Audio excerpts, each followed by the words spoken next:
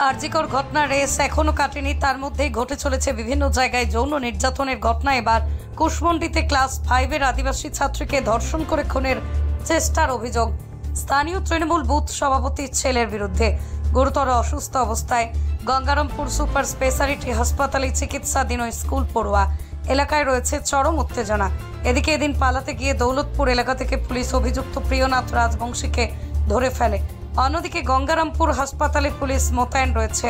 ধৃত ব্যক্তি ও তার পরিবারের সদস্যরা তৃণমূলের কর্মী সমর্থক। এ নিয়ে অভিযোগ দায়ের হয়েছে বংশিয়ারি থানায়। অভিযুক্তকে এদিন আদালতে তোলা হয়। পুরো ঘটনা খতিয়ে দেখছে বংশিয়ারি থানার পুলিশ। এই বিষয়ে এলাকাবাসী কি জানিয়েছেন শুনে নেব। ঘটনা ঘটেছে গোটা রাজ্যের সঙ্গে, আজকে বংশিয়ারি আপনার জেলাতেও এরকম একটা ঘটনা ঘটেছে, নৃশংস ঘটনা ঘটেছে। কি বলবেন এই বিষয়টা নিয়ে? দেখুন, আমি সকালে জানতে পারি যে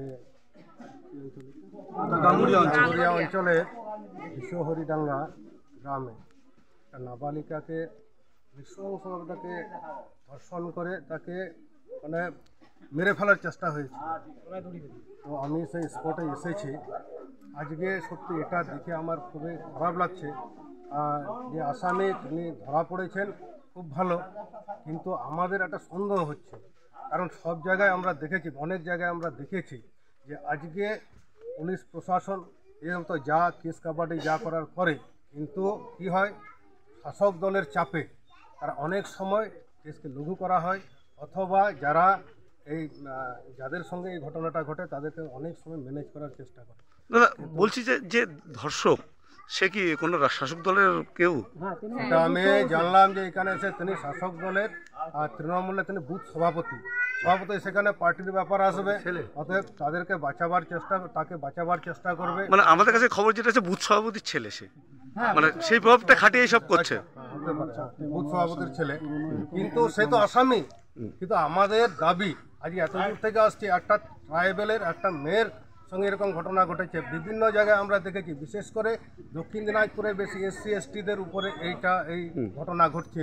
আপনারা জানেন সেই জবা রায়, প্রমীলা বর্মন থেকে শুরু করে সেই আপনার ফকিরগঞ্জের আদিবাসী মহিলা, কয়েকদিন আগে সে হরিরামপুরে ঘটনা ঘটেছে, এখনও কিন্তু তারা বিচার পায়নি। তাই আমার এখানে এইটাও আমার সন্দেহ হচ্ছে যে এখানে বিচার পাবে কিনা, তার জন্য আমার ছুটে আসা। আরও দেখছেন পাড়ার লোক সবাই আজকে সাক্ষী আছে যে আজকে এই ধরনের একটা নৃশংস ঘটনা যেন দ্বিতীয়বার না ঘটে, সেই রকম দৃষ্টান্তমূলক শাস্তি দিতে হবে। তাকে রিমান্ডে নিয়ে তাকে ফার্স্ট কোর্টের ট্রায়াল দিয়ে তাকে অতি শীঘ্রই তার আমরা ফাঁসির এবার গ্রাম শহর থেকে গ্রাম বিভিন্ন জায়গায় যে মেয়েদের উপর পশ্চিমবাংলার যিনি শাসক আছেন, শাসক দল যেটা তৃণমূল সরকার আছে, তাদের কাজটা হচ্ছে তাদের আসামিকে বাঁচানো। কোথায় সঠিক বিচার পেয়েছে?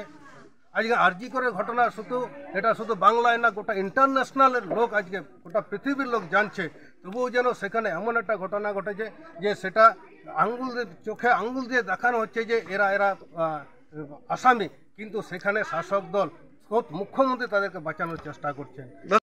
দলের কেউ না, উনি আমাদের শুধুমাত্র ভোটার, হয়তো ভোট দেয়, এইটুকু বলেছেন। কি বলবেন? এটা তো তৃণমূলের একটা অভ্যাস, যখনই কেউ হাতে নাতে ধরা পড়ে যায় তখন তার সেই পার্টির কেউ নাই। এটা ওদের শুধু আজকে বলে না, এর আগে সর্বক্ষণে তারা বলে।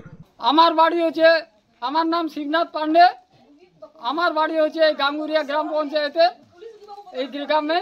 কি বলছে, আমি এইখানে বহুত দেখছি মহিলাদের উপরে, ছোট ছোট বাচ্চাদের উপরে অনেকেই বিভিন্ন রকম নারী নিগ্রহ করে অবাধে করছে, বাড়িতে ঢুকে নিয়ে ধর্ষণ করে দিচ্ছে, কোনো সুরক্ষা নাই। তাদের ব্যবস্থা আমাদের জনসমক্ষে প্রশাসন ধরে নিয়ে এসে দিয়ে দেখ, আমরাই করবো সব বিচার। গতকালকে কি ঘটনা ঘটছিল? গতকালকে এই একটা আদিবাসী মহিলার বাড়ির ভিতরে নরেশ রাজবংশীর ছেলে ঢুকে একটা নাবালিকা 11 বছরের মেয়েকে ধর্ষণ করে মারে ফেলার অবস্থায়, তারপরে গ্রামের লোক যখনই করে তখনকার দৌড়ে পালা যায়, দেখেছে অনেকে। আর আদিবাসীদের উপরে তো আরো অত্যাচার, এদেরকে বলে বোতল দিয়ে বলে কিনা যাবে, এরকমও বলে। এই করে করে আজকে আরো আদিবাসীকে নিচে ফেলে দিচ্ছে। আর সরকার বলছে আমরা উন্নতি করতে চাইছি, কোথায় আদিবাসী নিরাপত্তা? পার সেই গ্রাম সুরুজঘাটি দেখলেন, সুনতি মার্ডি, কি বলছে, দিনেশ চৌধুরী নামে একজন পুরুষ, তার বাড়িতে ঢুকে তাকে অত্যাচার করলো, 31 সাথে তার মামলা এফআইআর করা আছে, রুজু করা আছে। সেটার পর্যন্ত ইনকোয়ারি করে তদন্তে পায়ে তারপরে আজ পর্যন্ত কোনো রকম ব্যবস্থা নিচ্ছে না। কেন? তাহলে কি বলছে, এটারও কোনো সুরাহা হবে না? এগুলা প্রশাসন কিছুই করবে না। বাংলাতে এরকমই চলবে রীতিনীতি। এটা বাংলার সংস্কৃতি হয়ে গেছে। আজ বলছে যে মহিলা মুখ্যমন্ত্রী আমি। এর আগে আরো দুটা মামলা আছে নারী নিগ্রহেরই। এর আগে বহুবার ধরে নিয়ে গেছে পুলিশ, থানাতে টাকা খায়, আমরা বলবো কাটমানি খায়, ছাড়ে দিচ্ছে। তো আপনারা কি চাইছেন? আমরা চাইছি আর ফাঁসি হোক, গোটা পরিবারটাকে ফাঁসি হোক। ওর বাবাও এটাতে ইয়ে দেয়, ওর বাবা মা এরাও সব এগুলাতে বলে যে করো, এগুলা আমরা আছি, দেখে নেবো, আমরা তৃণমূলের লিডার। যারা এই ধরনের কাজ করেছে তারা কি শাসক দলের কেউ? হ্যাঁ, শাসক দলের নেতা,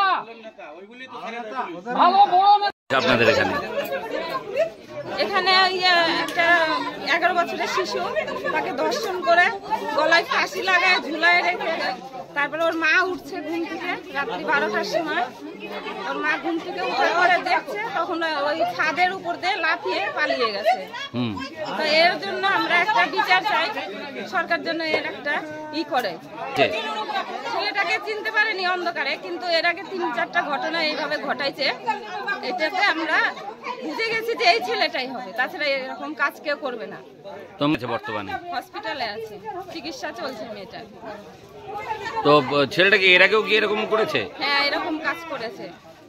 2টা বউকে নির্যাতন করছে। তারপরে একটা ছাগল পশু, তাকেও এরকম করে। তো আপনারা কি চাইছেন? আমরা চাই এর জন্য একটা শক্তমতো বিচার হয়। আর পুলিশ যদি না বিচার করতে পারে, আমাদের হাতে ছেড়ে দেন, আমরা বিচার করব। আমাদের ঘরেও বাচ্চা আছে, আমরা এর বিচার করতে চাই। কুশমন্ডি থেকে দিলদার আলীর রিপোর্ট, পশ্চিমবঙ্গ সংবাদ। Wait. So this was your wedding look. Oh my god, Tammy, you look pretty. Dhaka থেকে যখন আইছিলাম, এ হগল আমার মা আমারে পরায় দিছিল। It's so authentic, Tammy. I will go for this look. But what about my goina? সাদা রঙের রুমালটিতে গোলাপি রঙের কাজ, সব মিলিয়ে দারুণ হবে। সরকারি চাকরি পাওয়ার একমাত্র সেরা প্রতিষ্ঠান 22 institute of competitive exam centre.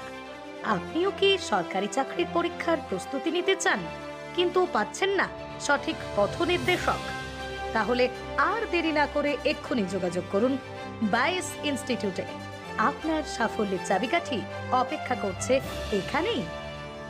22 ইনস্টিটিউটে অভিজ্ঞ শিক্ষকদের দ্বারা ছাত্রছাত্রীদের সরকারি চাকরির লিখিত পরীক্ষা, দূর ইন্টারভিউ এবং মেডিকেল টেস্টের আদর্শ প্রস্তুতি দেওয়া হয়।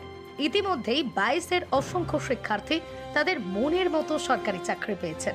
তাই আর এদিক ওদিক সময় নষ্ট না করে আদর্শ প্রস্তুতির জন্য চলে আসুন 22 ইনস্টিটিউট অফ কম্পিটিটিভ এক্সাম সেন্টারে। যোগাযোগ করুন 9635461103 অথবা 9064687264 এই নম্বরে। ঠিকানা লক্ষণীয় মোড়, রায়গঞ্জ, উত্তর দিনাজপুর। চাটটা তো বেশ ভালো, ডিসকাউন্টে পেলি নাকি? তাহলে কি লাভ ভাই, খুব মোমো খেতে ইচ্ছে করছে, চ না। মোমো খাবি তো? আমি একটা ভালো জায়গা জানি যেখানে বেস্ট কম্বো পাওয়া যায়। কম্বো? ফোনটা মনে হয় খারাপ হয়ে গেছে, জানিস তো, হ্যাং করছে। ফোন খারাপ হয়ে গেছে তো? চ চ।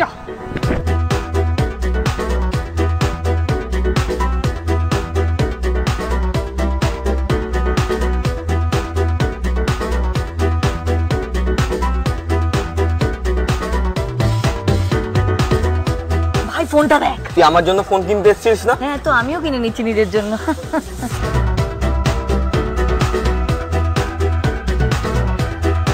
এত কিছু কেন কিনছিস? কারণ রিলায়েন্স ডিজিটালে চলছে digital India sale, India's biggest electronic sale. এখানে চলছে 25% discount on widest range of tech. Visit your nearest Reliance digital store today and experience the freedom to save more. প্রতিষ্ঠান আপনার, প্রচার আমাদের। বাংলা জনপ্রিয় নিউজ চ্যানেল পশ্চিমবঙ্গ সংবাদে বিজ্ঞাপন অথবা আপনার এলাকার খবর দিতে যোগাযোগ করুন 9382307487 এই নম্বরে।